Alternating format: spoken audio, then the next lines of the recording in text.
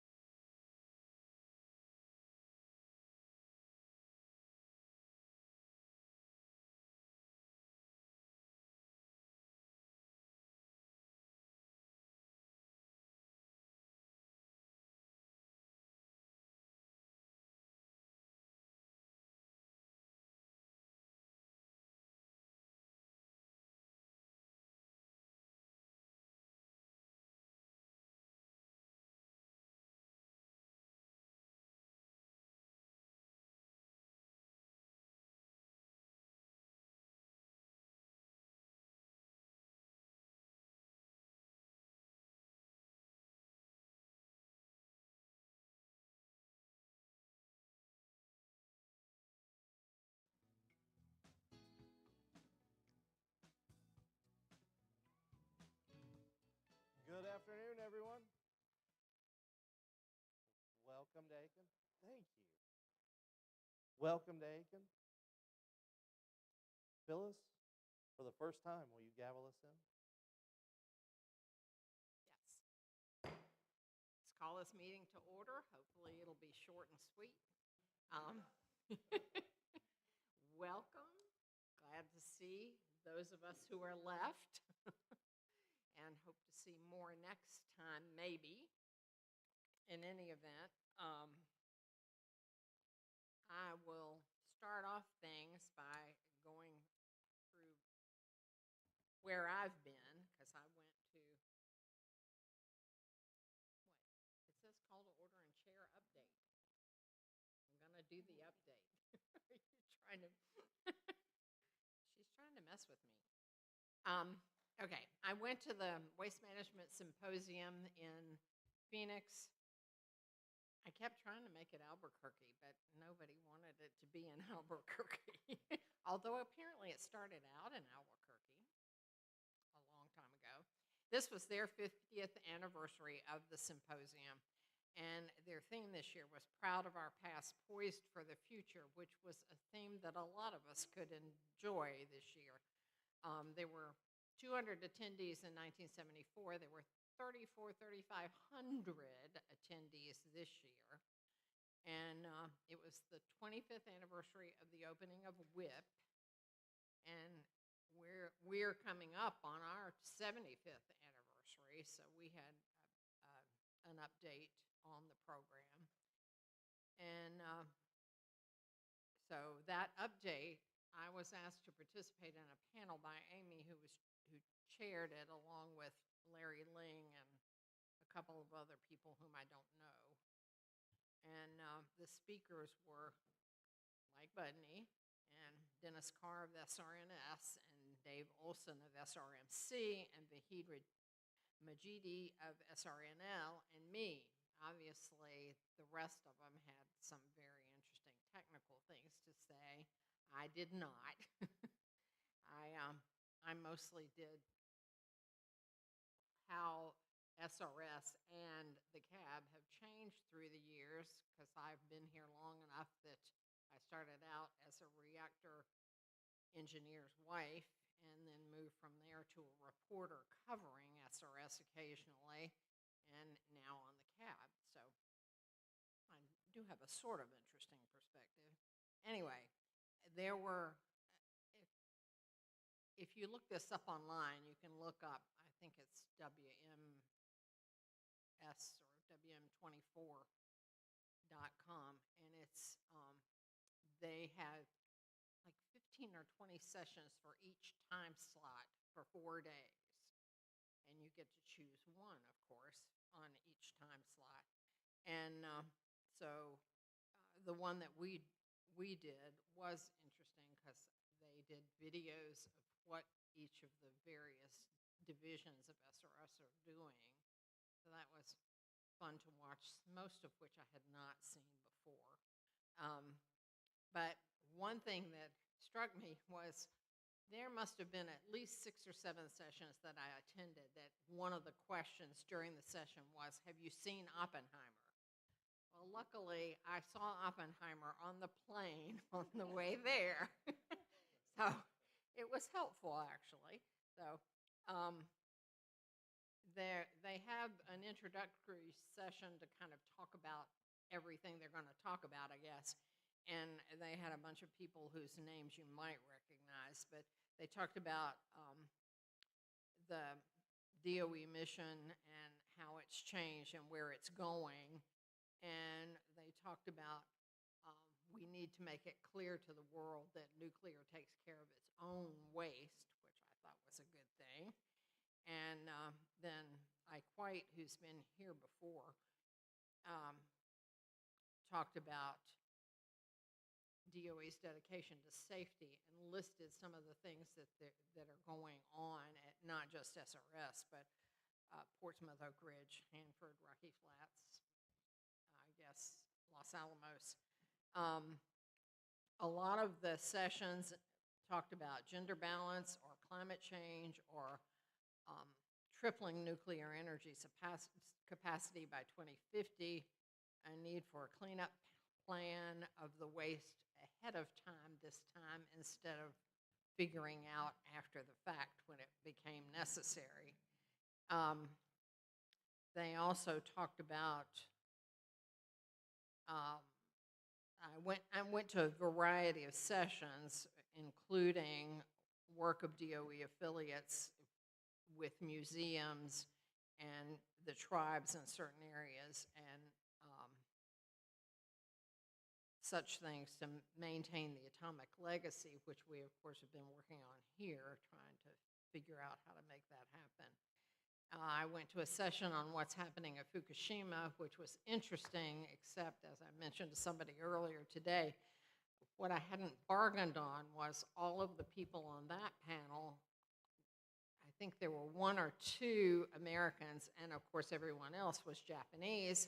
And while they spoke English, and they spoke English well, they spoke English with such an accent that it was really work to try to listen and to understand what they were saying. And if you know me by now, you realize I take notes perpetually. The reporter in me, that's how I remember things, is to write it all down.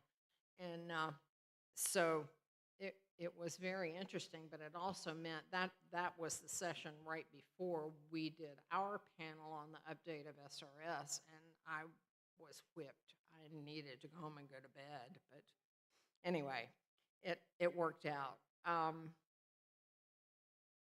Let's see, what else?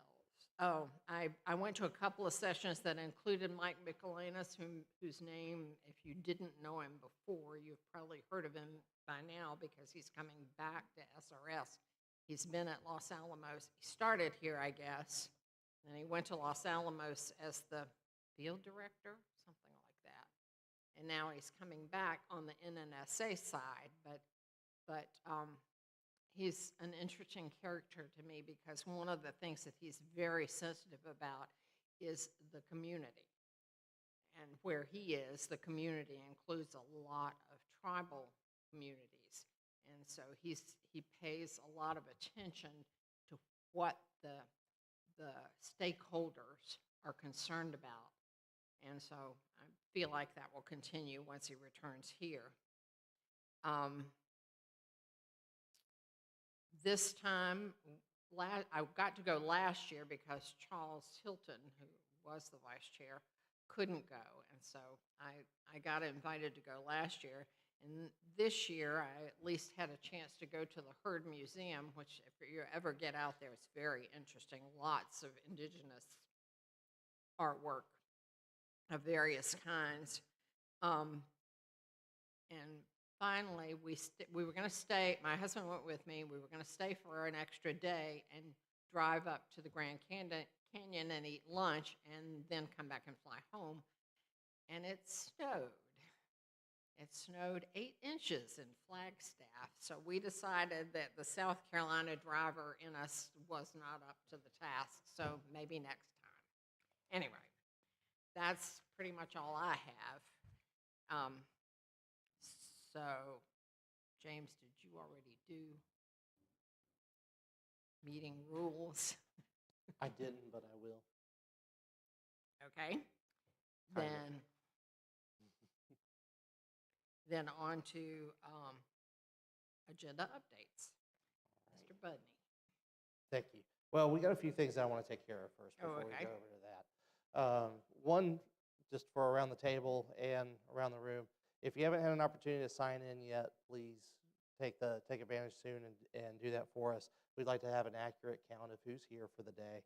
A few agenda updates that we need to take care of. So under agency updates, next to EPA, you'll see the name Jana Dawson. You'll see that Jana's not here. John Richards is. So if you want to scratch out Jana and write in John, that way we're all up to speed. Another update that you'll want to do is scratch out Juanita Campbell. I think we're going to talk to that a little bit later. She's obviously here, but she's not going to be the chair anymore because you resigned from the board, didn't you? But you're going to work with us still. That's pretty cool. All right. We'll update that a little bit more in a little bit. And then a couple of other things that I want to hit. One of them is that we have one big major agenda item today. That is the budget priority letter that we're going to draft, and there's a draft in your packets. We'll edit that draft. We'll vote on it today. In between editing that draft and voting, you'll notice there's a public comment period. Now, I don't know if you've ever noticed, when we have our larger 2-day meetings, we discuss things usually. We'll discuss a recommendation. We'll have a public comment so that the public has the opportunity to weigh in on what you've discussed, give you their thought, and then we do another public comment before the vote. This one will serve the purpose of both. So after that public comment period, if one of you feels strongly about anything that's been added by the public, you want to open discussion back up, let's do that if we need to, okay? So keep that in mind. And in that same vein, it was pointed out to me that sometimes it feels like we don't necessarily have a lot of time to talk amongst the board members of, how you may feel about particular things. Maybe you just want to talk after a presentation. You want to get some feedback from your peers. I want to make sure that you have the opportunity to do that. So later today, when I ask you if you have questions, comments, concerns, I mean that sincerely. If there's anything that you want to add, anything that you want to ask, that'll be a great opportunity for you to do that. And if we end up having a board discussion about it that takes a few minutes, that's okay. We have time. We're all here for you, right? So that's what we're going to do. You also may have noticed, one last little thing, that the U shape is a little bit smaller today. The last time we were in this room, it seemed like we filled up a lot more space. That's because at the moment we have 11 board members. Okay, our membership package hasn't come through quite yet. The new members haven't started. So we didn't need as big of a U shape as we usually do. We're down with this smaller one just to take better advantage of the space. Any questions about anything that I've said before we move on for the day and get going? All right, we ready for agency updates? Mr. Bundy, if you will, please, sir. All right, good afternoon. It's great to be here in this facility again. I noticed that since Juanita left, I can't find a parking space, though, so I had to go down by the Catholic Church. That's okay. Good to use the exercise. And welcome aboard, Juanita. And great to have Phyllis and Candace running the show now. Outstanding. And thanks for your support out there at the Waste Management on our panel that we had out there, Phyllis. So we'll get right to it. Advanced Manufacturing Collaborative. Not a lot of update. They're going gangbusters out there putting that project together. It's going very well. Still on track for opening early summer 2025. We did meet with some representatives from the Office of Technology Transfer when we were at Waste Management, because one of the things we want this facility to help us do is enable us to transfer the technology that they develop at the lab into the business community. So we were working on some ideas on how we would help the AMC and the lab do that. Transition, our execution of our transition for NSA to be the site landlord is going fine. We have a number of plans of milestones that we have to put together, and they've all been developed so we can execute the plan. Now we have 38 memorandums of agreement that have to be finalized by the end of April, and then we'll wrap them under one big memorandum of understanding between myself and Michael Michelanis to sign, and that will enable us to capture how each of the two organizations are supporting each other at the site going forward. So very similar to the setup we had previously. We will have a budget update for you later today, so I'll reserve any comments on that until we actually do that update. So moving on to specific operational progress, L areas continue to receive spent nuclear fuel shipments, both from foreign and domestic research reactors, and we continue moving those over to H Canyon, where we have been doing processing. I think we had scheduled to do 6 aluminum-clad dissolutions this year, and I believe we finished all those already. And now we're prepping to start up we're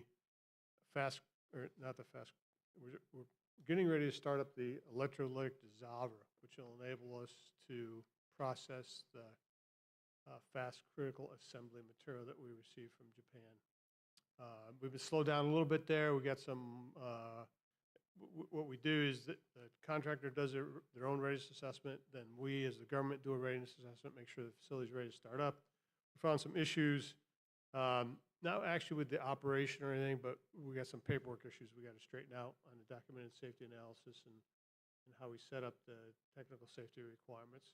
So we'll get those figured out, get the folks retrained here, and we should be ready to start up within the next couple months.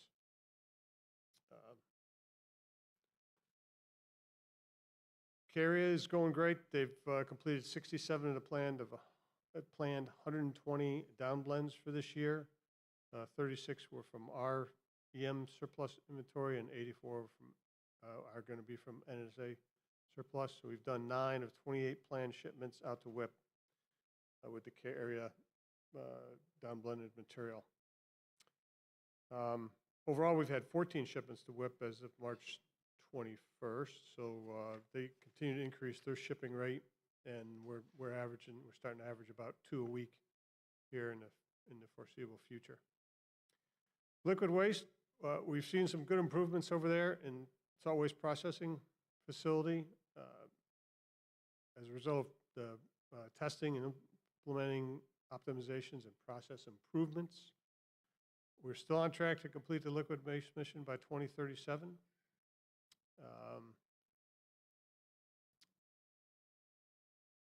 SDUs, we have received CD4 approval for SDU 8 and 9.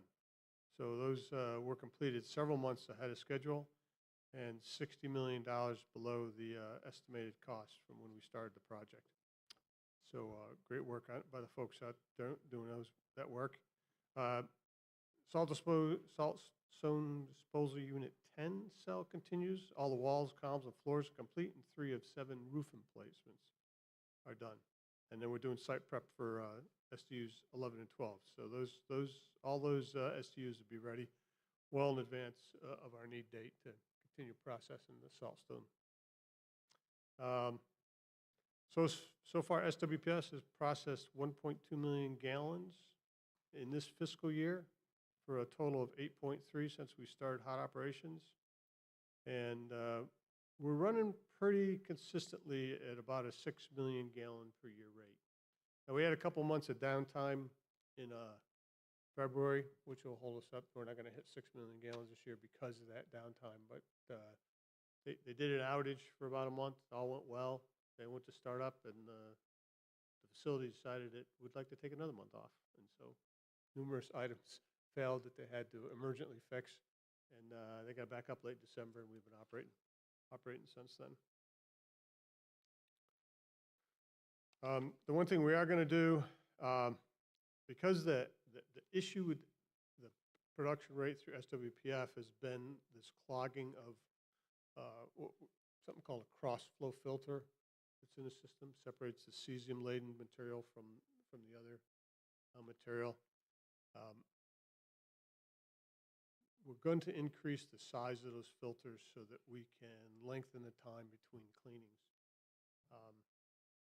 We talked to the filter designer, and we can increase them from 10 feet long to 16 feet long, and they can add about 20% more tubes. So overall, we'll get about a 200% increase in the surface area in those filters. That does not get you a 200% increase in the filtration rate, because once you make them longer, the water flows through, the pressure drops off, and so things aren't all equal. But if we can get 30% improvement out of that, we'll be way ahead of the game. So we think that's the optimum way at the present to get the situation back up to where we'd like it to be. And we continue doing the same kind of stuff in the Defense Waste Processing Facility. A lot of improvements going on there to make sure that system is more reliable. It produces at a fine rate, but we got to make sure it's reliable. It's over 25 years old, and things tend to fail. So far, we've 10 canisters been leak checked, 200 of 235 canisters been double stacked, and 85 of 230 positions modified in glass waste storage building number 1. And it will be completely modified for double stacking, according to these notes, by the end of this week. So we'll have finished building number 1, and of course we got to work on building number 2.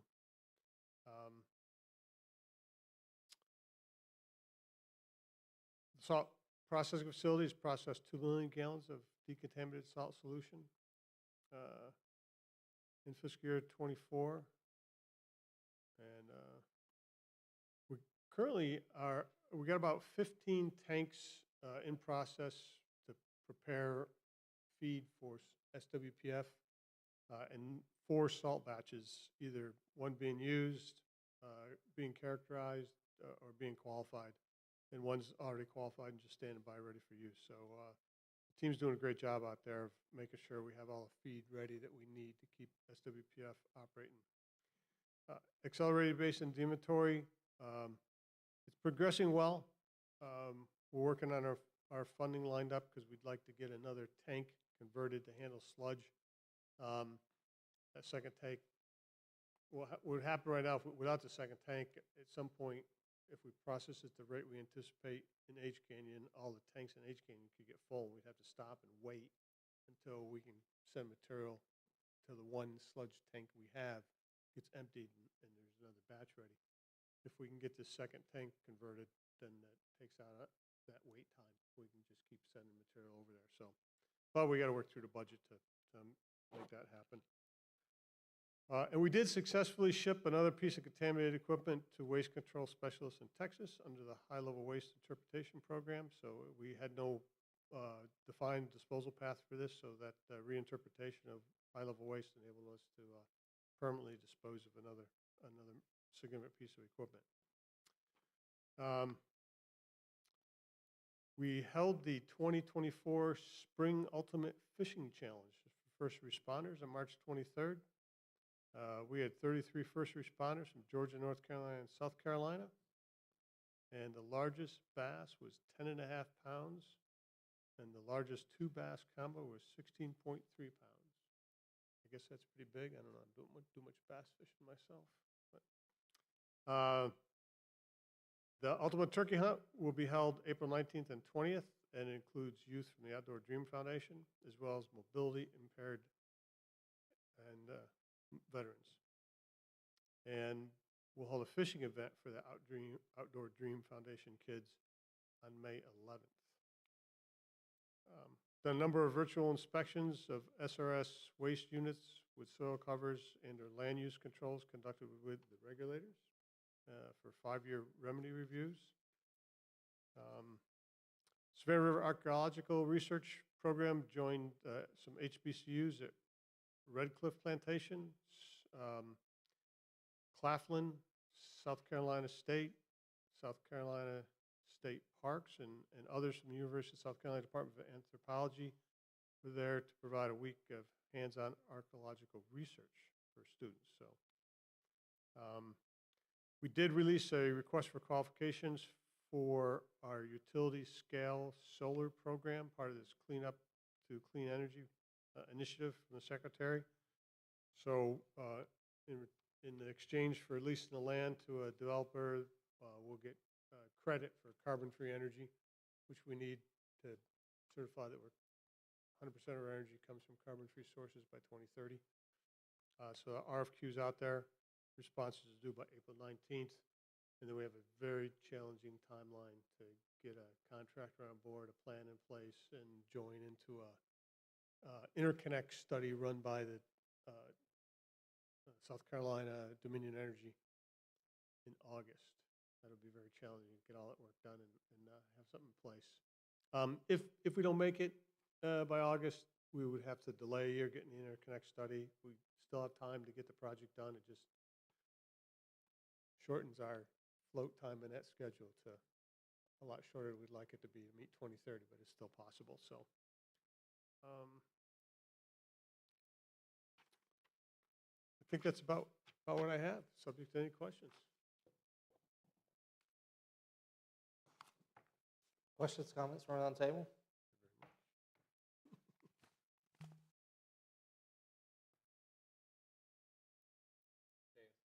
Yeah, John. I was just wondering about the bass. That's not a throwback. If you could, I know, John, you might speak in the microphone. I know that our room is small today, but we do have people online, and we want to make sure that they hear our questions and comments. They take it home, right? No. They throw back? Yeah, Oh, okay. deer and turkeys and hogs if you wanted them. I imagine even the coyotes, we could survey those and you could take them with him, but we don't survey the fish.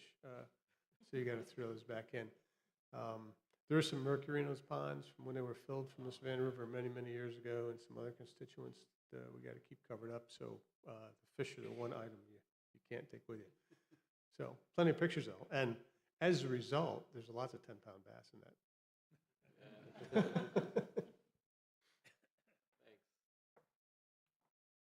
See, anywhere else, 10 pounds is a lot. Here, it's a nothing. You just throw that one back, I guess. Okay. Any other questions or comments around the table? All right. Seeing none. EPA. John? Hello, and yes, I enjoyed, I've been privileged to go to the Waste Management Symposium for 12 or 13 years, and I believe before it was Tucson, not Albuquerque. I love Phoenix, I love the conference, but I wish they would rotate cities. But anyway, it's still a great time to hear a lot of what's going on at all the DOE sites, international sites as well.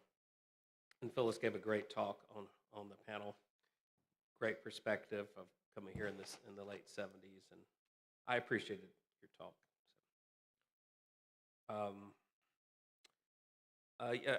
I might have been mentioned by Jenna in the last meeting, but our Superfund division director, a new branch manager, and the head of our federal facility headquarters was all here for a tour. Thanks to Angela, Avery, and some others, Jim Folk and others that gave them a great tour, and I think the last full week of January. Again, most of them had a little bit familiar with Savannah River work, but had not actually been on the site before, or at least been a long time. And sometimes it's hate to say this a negative, but our site doesn't get noticed as big as it is, as important as it is in the Superfund world, as well as the DOE world, obviously, because we're not having a lot of disputes and issues that go up to federal facility headquarters and attorneys. So, and that's thanks to a lot of cooperation with our core team approach, the state, DOE themselves, the contractors, EPA, my predecessor, Rob Pope, all of those, I think have given us a good last 20 plus years, and hopefully 20 plus years in the future of working together. And I may mention on my last talk, but we're currently just sending comments for the latest 5-year review. I think I mentioned here before, if you're not familiar, the 5-year review is usually once a remedy is completed, or sometimes it's still like an ongoing groundwater treatment, for example. You still have 5-year reviews to make sure the signs are still up, make sure there's no groundwater trends that are disturbing, or surface water, or the site's been disrupted for some reason. But Savannah River, because they have so many operable units, so many remedies, they're broken into 5 categories, which means we have a 5-year review every year instead of just every 5 years. So we just finished the one that was signed in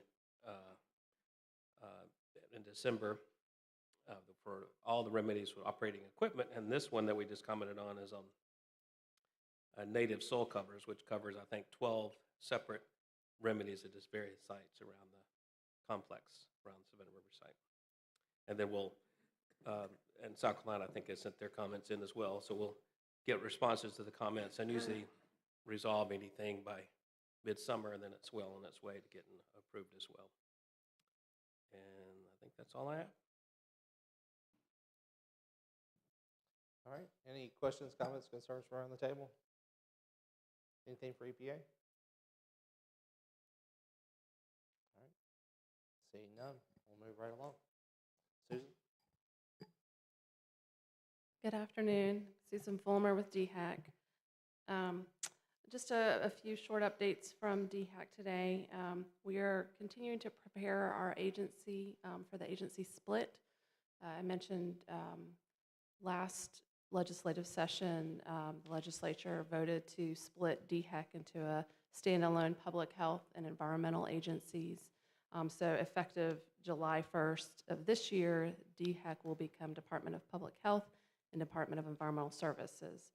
And so Greg and I will be part of Environmental Services, and we'll be continuing to do the same things that we do day to day, and working with the site and working with you guys here at the CAB.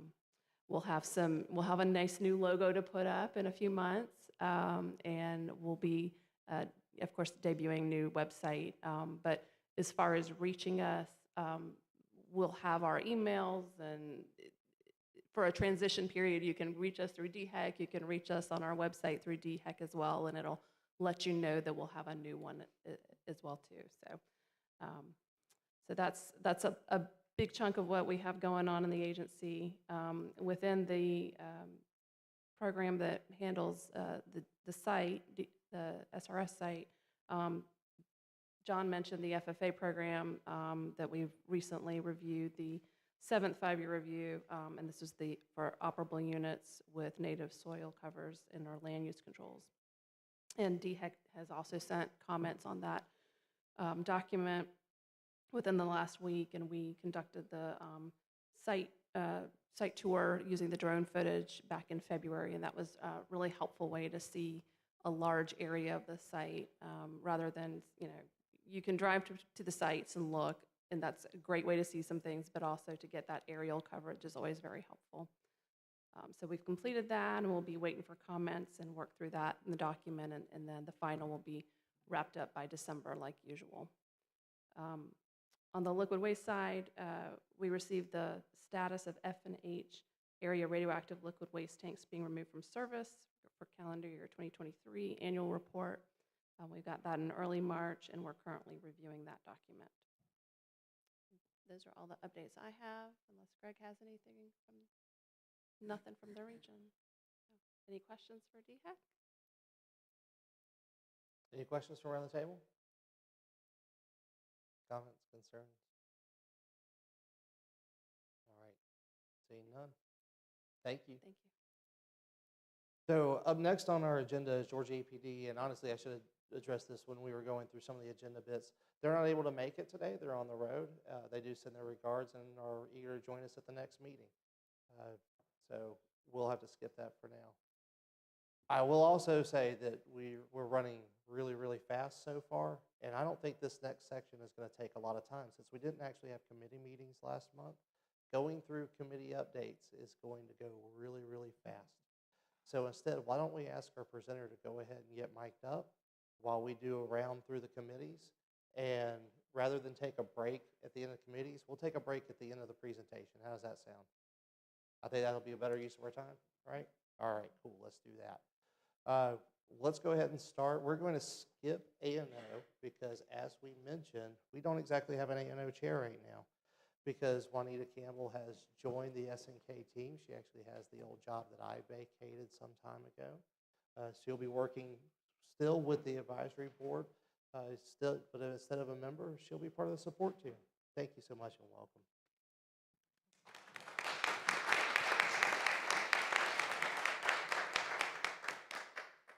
Coincidentally, we'll be having an election next month for A&O chair. Juanita also didn't have any trouble finding her way to work this morning. Yeah, when we say that today is her first day, literally, she doesn't even have a badge yet. She's getting her badge tomorrow. This is literally her first day on the job as this board meeting today. All right, so if we're going to skip A&O, and we'll do it next time, let's go ahead and go to FDSR. John, do you have anything that you want to add for the discussion today? No, just that we reviewed the John Thomas CAB, FDSR CAB. Yeah. And no, we just reviewed the presentations to see whether there was anything to add. The only question I had was on the PFAS, which is coming later in the year, and on the utilities, which is NNSA. So that was it. All right, thank you. We'll move over next. LTMB, Hubert? Hubert Von Tool, LTMB. We're just getting started. I had a meeting with the staff in January to establish a work plan, and I'm hoping to get the committee together as soon as we have a committee. I'm eager for additional members as well. Nuclear Materials, Don Colson. Don Colson, Nuclear Materials. Like everyone else, haven't had meetings yet, but I want to thank the Department of Energy personnel for being so clear in their communications and answering any questions we've had in the past. I see this being a fairly easy position because of all that. We try. And then Waste Management, Kim. Kim Ray, Waste Management Chair. Last month at our committee meetings, John Clark, our subject matter expert, was present with us. And we know that in July, we will have our waste management presentation. So we'll meet with him again before then to see if there are any requests for recommendations that we can start preparing. Thank you, Kim. Any questions for the committee chairs? Anything from around the table? Okay, seeing none. Let's skip our break. We'll push it back to after the presentation, and we'll go right into our budget update with a request for the priorities. Zach, it's been a while.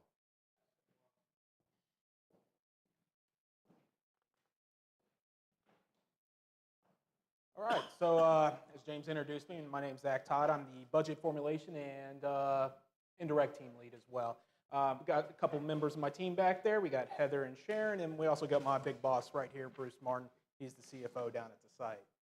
So it's probably been 4 years since I've been here. Maybe, like, I don't know. It has to be. Has it? Oh, see, now I feel like I'm starting to get old here. But I used to do the strategic legacy point of contact at the CAB, so pretty familiar with the CAB, used to work with it quite a bit, and then, you know, obviously with some org changes and stuff like that, that kind of went away, but I'm still here, I'm still doing budget formulation stuff, and I'll give you guys kind of the rundown of what we're looking at for the next couple of years, and then solicit y'all's opinions on what things should look like in the out years as well. Do we not have clickers anymore? Or? Like riding a bicycle. Okay, so overall the purpose is I'm going to go over with some of the budgets that we have. We'll show some of the 23 enacted. We'll show the 24 enacted. We'll show what the 25 President's budget request is. And then we're going to go over what our budget process looks like. You'll see our little wheel that I'll spend some time on talking. And then, of course, I'll share some of your past priorities and then, again, solicit what your priorities should be for 26 and out. Okay, so here's kind of the wheel that I referenced. So the way that this works is we tend to work on budgets about 2 years out. So like we're in the process now starting and submitting our budgets for 26. So, you know, currently we're in this laser. Nope. There we go. So we're kind of in here, right? So the way this wheel works is we start 2 years out in advance. We do our out-year planning. And now year planning, we're coming up with some of our indirect rates that the program can kind of look at their baselines and see what's affordable as far as like what the indirects take away from them. We're coming up with our different priority lists. We're receiving budget guidance from headquarters. We're soliciting Mr. Budney's inputs for budgets. We're talking to our AMs, trying to figure out exactly what they're looking at doing, their different priorities. And we work all that stuff into a target that's kind of given with our budget guidance. From there, you know, and this is kind of where we're at right now, we submit that to EM, and EM takes that and looks at across the entire environmental management, look at different kind of competing priorities, where they will come together in the next month or so to kind of flesh all those stuff out. So, right, we're Savannah Riverside, we have our internal priorities, EM is bigger, they have different priorities across the sites. The managers and stuff come together to kind of work on those different issues and come up with the best decision. And then at that point, it'll go to the overall DOE. And DOE, there's several different branches of DOE or offices, Office of Science and NSA. The secretary will take a look at all these budgets and different priorities. They'll kind of figure out exactly what looks best and how the money's kind of divvied out within our target. From there, we go into OMB. So OMB is the Office Management Budget. They are the ones, they're the right-hand arm for the president. They manage the budgets. They also kind of give us the targets and they work with us to pretty much tell us what the president's budget is going to look like. Of course, we do the work, we write the narratives, we do all that bit, but they're kind of guiding us based on ultimately the president's guidance. So From there, we got what's O&B passback. And O&B passback is, we work to a general set of assumptions with numbers. Sometimes those numbers are a little bit different. They can go up or down, not necessarily bad or good, but the O&B passback is a different set of numbers for what we call our PBSs. And we'll kind of get into what a PBS is in a little bit. From there, and this is where it starts to get ideally, the president's budget's released in February. If you've been following, our president's budget was released, I think, a couple weeks ago now, so more in March. But ideally, the president's budget's released in February. It goes to Congress. The Congress reviews the budget. They conference. You'll have what's called the HOOD and SUD, the House and the Senate. These are these committees, Energy, Water Development Committees, Senate, Congress. And they look specifically at a lot of different things, but Department of Energy is kind of wrapped up underneath that committee. And they're the ones that really focus in on the issues and the different priorities within kind of that subject area. So with that, it's times where Savannah River site, not us specifically, but like folks that we can raise issues, different competing priorities and stuff, it gets brought to Congress and Senate's attention, and it's a chance to address it. So you'll see, like, if you ever heard of like the HOOD and the SUD numbers, they're different sets of numbers and stuff like that, but they're ultimately draft bills. And then it goes right into, ultimately, the conference. They come together, they finalize the number, they come in agreement, and then the president signs the budget. So that's how it works in a nutshell. Notice that, again, this is an ideal timeline. This couple weeks ago, we were working on 3 budgets at one point in time, so pretty fun. But so it's kind of flexible. It kind of moves and goes. Any questions on this? All right. Okay, so here's the EM budget overview. This is, again, like just the EM. In 23, the environmental management's budget was, we'll just round it to 8.3. 24, we're going to round it to 8.5. And then 25, our president's request. Again, this is what was published a couple weeks ago, was 8.2. And then with that, you can see the Savannah River's numbers. Now, if you're looking at it, you see the decrease from 1.8 to, we'll just call it 1.6. And then that's because of the interstate transfer. Have they been briefed on that, or are they? No? Okay. Am I breaking news?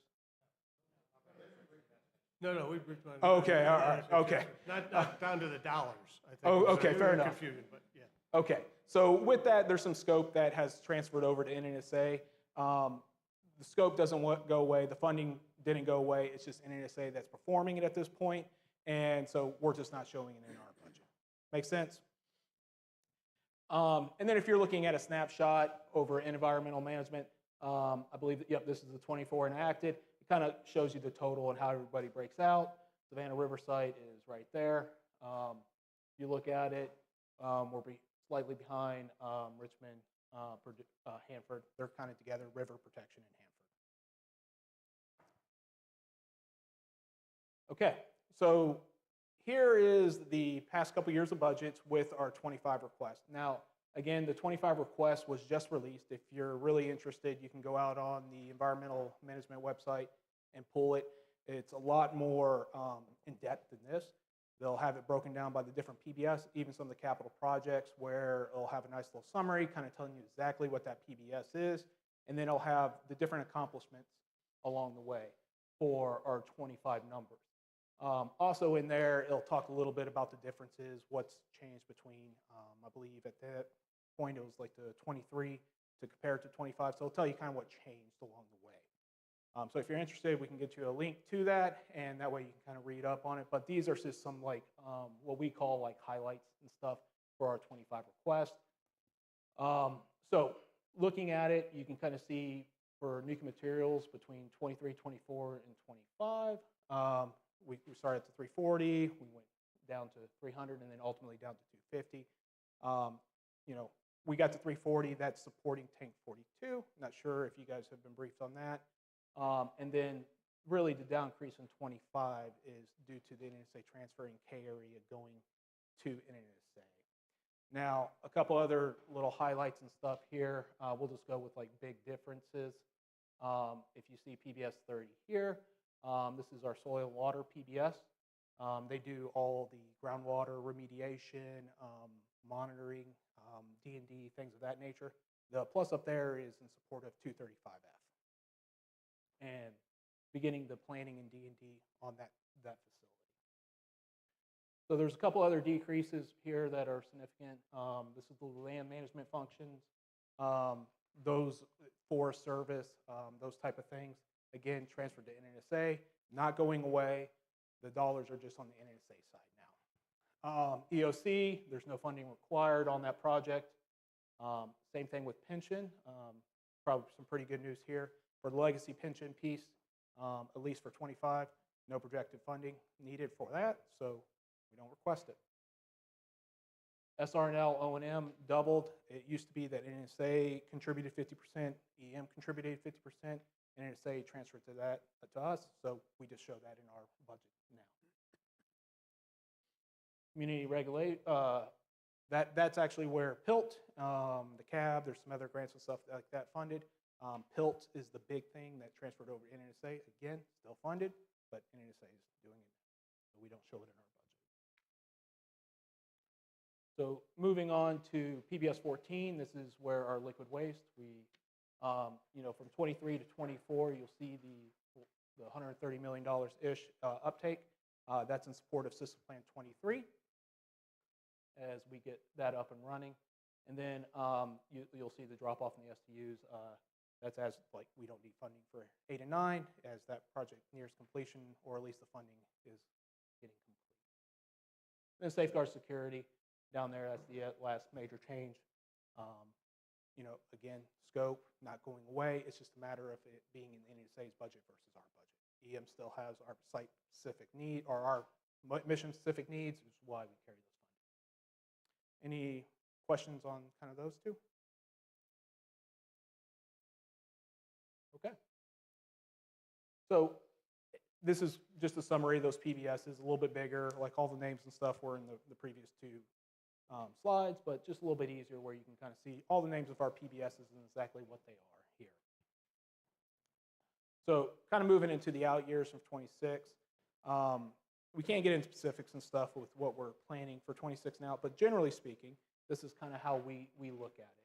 We have support safe operations site services, these are like the safety basis type things. These are kind of the first things that we fund off the top.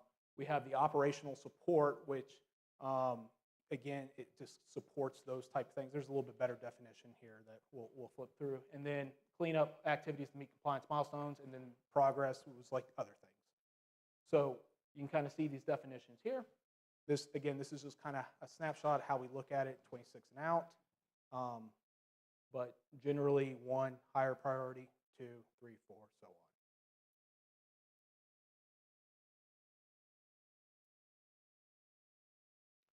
So this slide just shows you kind of how some of those different areas fall into different PBSs.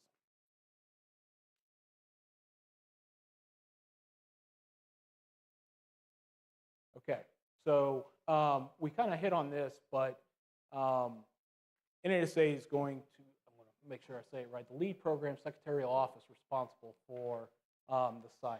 And that's going to be effective October 1st, 2024. With that agreement, 85 federal employees are transferring over to NNSA. Overall contract management for the NMO is transferring as well. So they'll take the point on that. We'll still utilize the contractor for our EM mission, so none of that's changing, but they will have the overall point to it. And then the big scopes that are transferring, K area, a lot of the security stuff, and then the land management functions as well. So kind of gets us back down to where we're at today, or where we're here. Each year, Ike White, he puts out a memo that he tells us to go solicit input from the community. And we, I think earlier this month, I solicited input from both EPA, DHEC, as well as the Crows. So we'll get their input as well. on the budget, but we view, the CAB as the community, and that's where we want to get your input on exactly what you feel is your priorities in the out-year budgets and stuff. So this is what it was last year's. It's a little small. Did we print that out? Or oh, okay, cool. So you can kind of see how everything shook out last year, and we're just soliciting for an update on that letter. So any questions?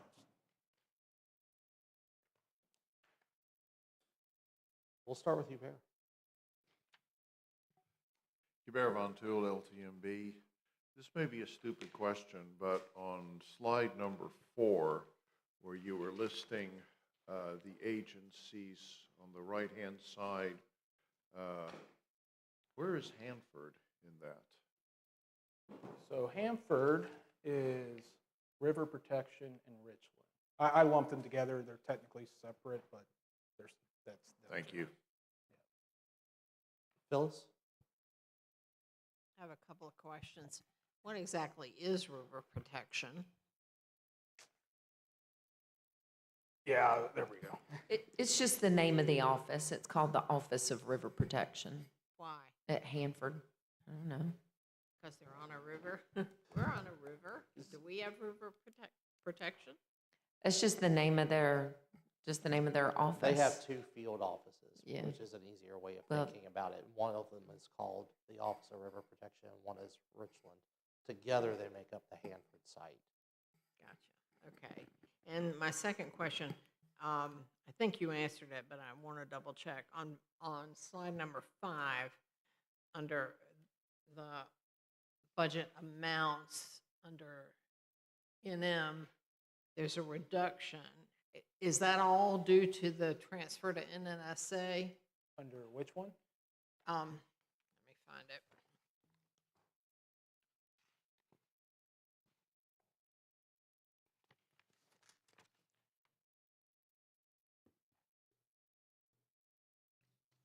Okay, I'm almost there.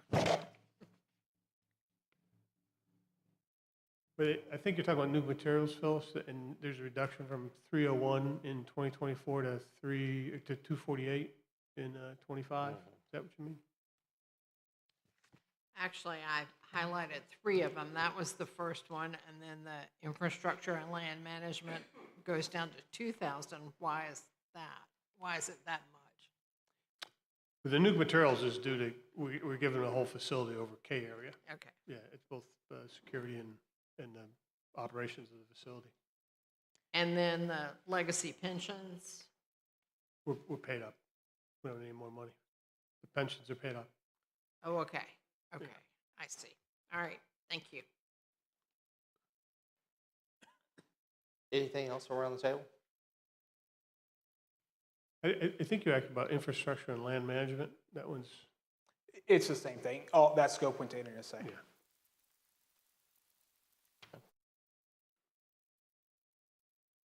Anything else, folks? Going once, going twice.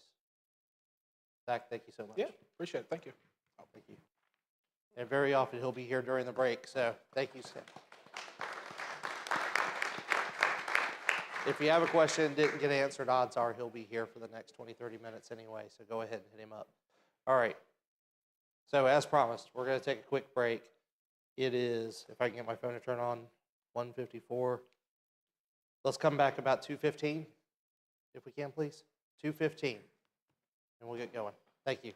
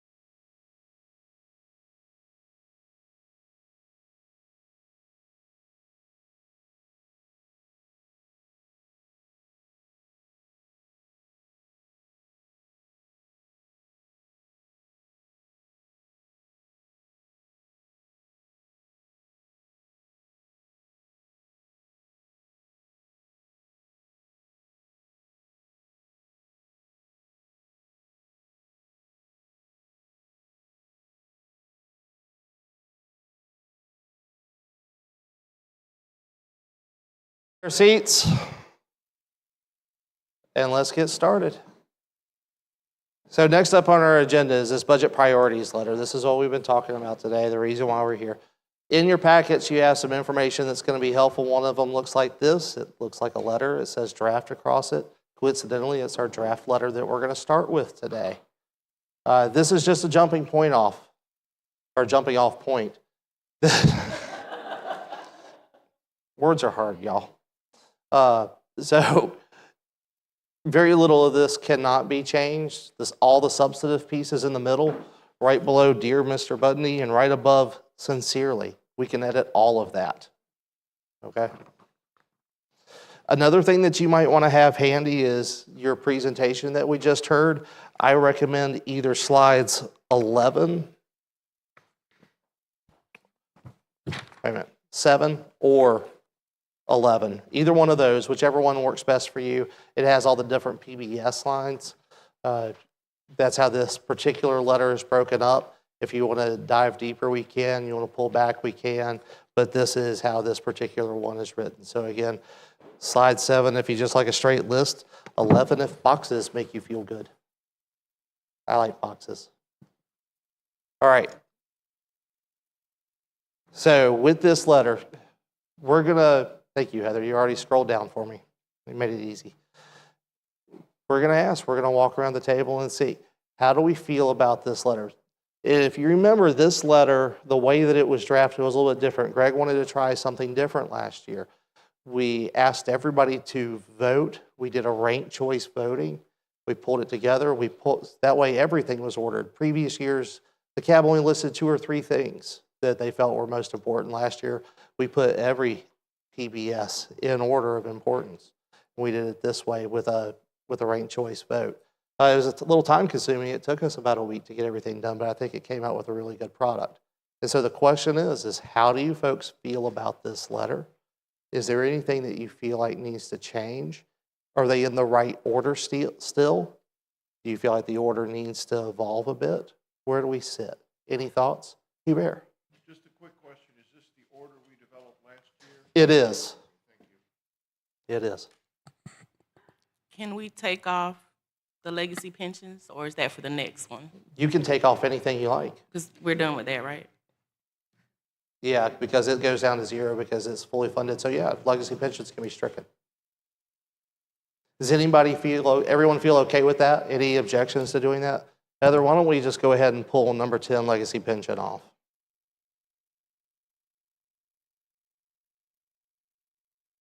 Thank you. Any other thoughts from around the table? Any questions or comments as you look at this? I had a question on slide 5. Is Sure. Zach still available? He's still here. Okay. So under Savannah River National Lab, can you explain the difference in the funding there or the budget? Public comment right here, yeah. Go for it. Can you repeat the question one more time? On slide 5, Savannah River National Laboratory, O&M, it went from 41 to 42 to 90. Can you just explain that? Oh, the increase in the funding? Mm-hmm. Right. So with all the NNSA transfers and stuff, what happened is NNSA used to fund 50% of the O&M for our lab as part of the puts and the takes that we took responsibility for their contributions. So all that's going to be shown in our budget now. I think that's. Thank you. Thank you.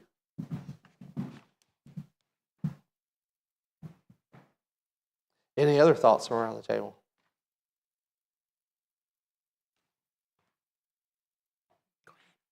Anything else you'd like to see? Any changes? Phyllis? I was just going to ask, we don't do this in a vacuum to start with, but it still becomes a question. If there were more money available, is there anything that's not on the list that you would want on the list, or that you would want moved up on the list from your standpoint, from DOE's standpoint? Well, I like the placement of the radioactive liquid waste tank stabilization disposition as number one. In our budget, we have sort of analogous to the federal budget. We have what's our sort of entitlements and what is discretionary. And anything that Susan's responsible for is an entitlement. We got to fund that. So that's radioactive liquid waste. We got to fund that. Okay. Now, what would we do more of if we could to reduce some of our risk? We'd put more money into feed preparation. We don't want to get to the point, if we're successful in increasing the rate of processing through the salt waste processing facility, to outstrip our rate of feed production and cause periods when we have no feed to send to SWPF. So hopefully next year we get these filters replaced, we see the speed of the plant come up, we're going to need to produce more feed. So that's one. Kind of in conjunction with that is the conversion, and it goes with number two, the nuclear material stabilization, that conversion of tank 42.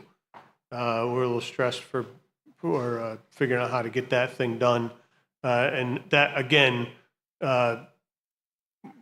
we're not in danger of not doing anything. It would just make the whole operation smoother, easier, and have the potential for a faster rate of taking care of the spent nuclear fuel.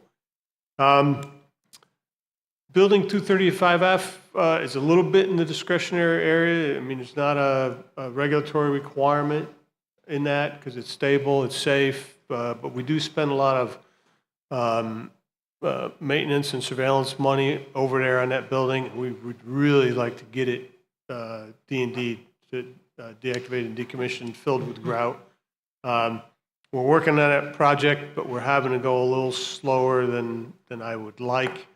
We'll get there eventually. We're going to have to increase the funding in the future because when we go from the planning stage to actually pouring concrete in the building, we're going to need a significant uplift in the budget to get building 235F taken care of. And the last one that stresses a little bit, we would go faster on our replacement of the security system called Argus, which is our entry control system that we use out there. We have something called E3S now. You've heard about it before. We have to reload the system using 5.25 inch floppies, and can't even find those anymore. So we really need to get that system replaced. The danger is E3S, several times a week, we have failures. It goes offline, and we have to start it back up. And if it fails altogether, then we're going to have to deploy extra security forces to manually control entry. And that would be, well, we'll spend money doing that instead of fixing the system. We really need to get that system fixed. So those are the four things we go a little faster on than we're currently capable of doing. And are any of those on here? Do they come under any of these headings? Well, the liquid waste comes under the first one. Tank 42 is, it's a crossover between number one and number two. Building 235F would be under PBS 30, so that's the third one. That's where that funding comes from. Argus is, I think that's PBS 42. That's where we fund construction projects. So that's your 8th on your list.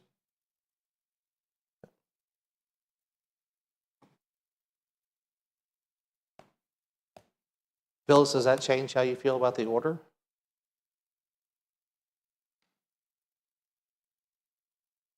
You need to think about it for a second. Yeah, exactly. Kim, how do you feel? I guess I was going to try and get some clarification. So does that mean that maybe number 8 needs to come up into the number 3 or 4 position? Would that be make you more comfortable? I'm not asking you to tell us what to do. I'm just asking you, would that make you more comfortable? I'll just say that Argus is a high priority. We need to get it fixed. Then I think what we're talking about is maybe number 8, moving to a higher position on this list.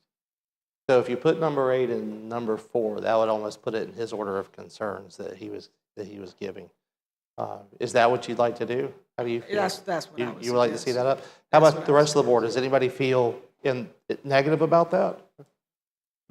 I don't want to take votes over every little edit. I would like to do kind of a consensus head nod if we can. Hubert? If you could pull the mic over.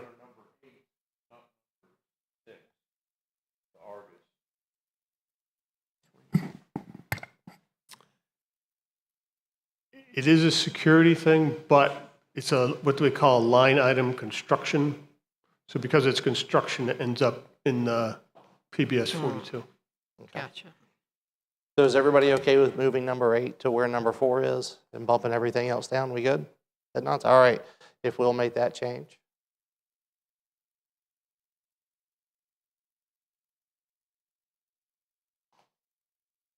You ever had a whole bunch of people watch you edit a document at one time? It's a little squirrely, isn't it? How do you feel about me pointing that out, Heather? We good? You're welcome. All right. Candace? I had a question about the Savannah River Community and Regulatory Support line item. So I noticed that it is significantly less. I'm assuming that's because of the NNSA transfer. But is that going to impact what we're currently doing? You mean cab operations? Mhm. Is that going to impact cab operations? So Zach Todd, Savannah River, no. All the scope is still getting accomplished. It's just a matter of where it's funding for. So the major decrease there is PILT. I think there's some emergency operations dollars that are moving over to NNSA as well. But bottom line, all that scope is getting performed. It's just a matter of who funds it. Okay. Would you say across the board, Zach, that wherever people see a decrease, odds are the answer is going to be because of transition? Mostly, there's a couple exceptions there. Okay. I just wanted to ask just in case. All right, Phyllis? I just have a curiosity question. All the years that I covered where the payment in lieu of taxes was discussed, it was always referred to at the county level as pilot. When did it become PILT? I've always known it as PILT. So maybe the county refers to it slightly differently than I've always heard PILT. Anybody heard different? We're drawing a blank on that one. Okay, because That's a in great North one. Augusta, I think they also called it pilot. If you ever get an answer, I'm really curious now. I would like to know. Okay, thank you. Any other questions from around the table? We feeling good? You know how you want to vote on this? Okay. Then let's pause here. But not a get up out of the chair break, but a little break from debate, okay? And what we're going to do is we'll go into our public comment period first before we do anything else. Is there anybody who would like to make a public comment today? Any public comments? Okay. Seeing none, I don't suppose we have any. Do we have the opportunity to put the clickers out? Do you want to hand those out real quick, Heather?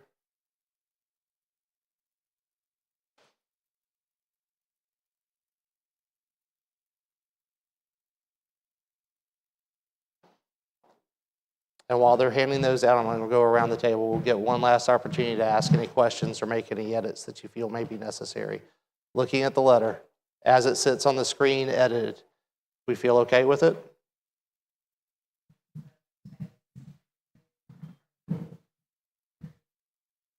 So right there, we'll pull that space out, I promise. Has it been bothering you this whole time? Yes? Absolutely.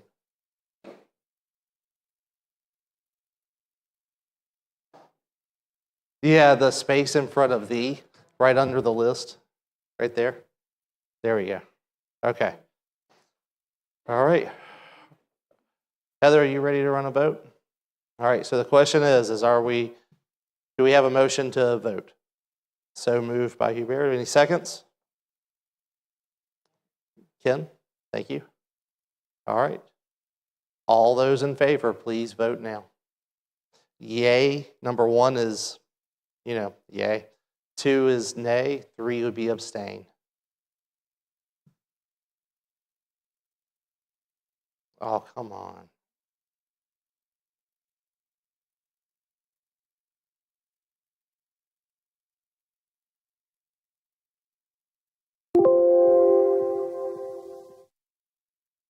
Okay, let's try it again. Please vote now.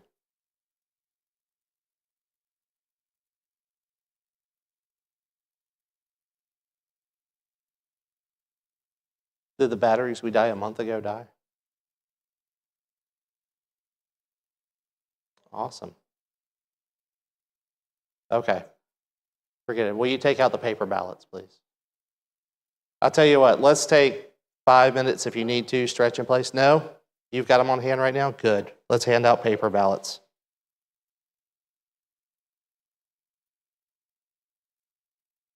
We just like handing stuff out.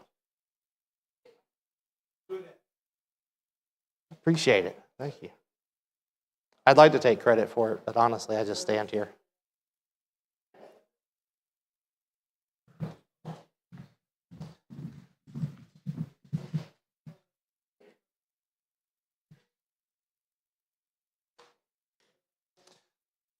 So we only have one vote and one motion, so we'll just go ahead and say yay is in favor, nay is against, and an abstain is opposed. We'll make this super simple. Thank you. Thank you. Thank you.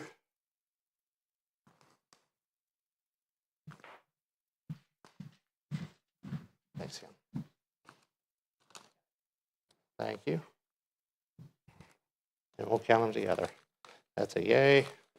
That's 2 yays. That's 3 of them. That's 4 of them. That's another yay. 5, 6 yays, 7, 8, and 9 in favor. The motion passes unanimously. Yay! We can be proud of that. Come on, that's a good day's work right there. Okay, the motion passes. Congratulations. Before I hand it over to Phyllis and we start closing out, are there any things that we need to talk about today that you came in wanting to discuss that we did not discuss, that we did not get to? Anything you need to air, vent, questions, comments, concerns that you may have? Okay. Phyllis, the floor is yours. Committee meetings are set for April 18th. Is that correct? I'm not sure if that's correct or not, but we'll get that agenda out, or that schedule out, and make sure that everybody knows when their next meetings will be. Okay. Anything else? Hearing nothing? Meeting adjourned. Thank you, everyone.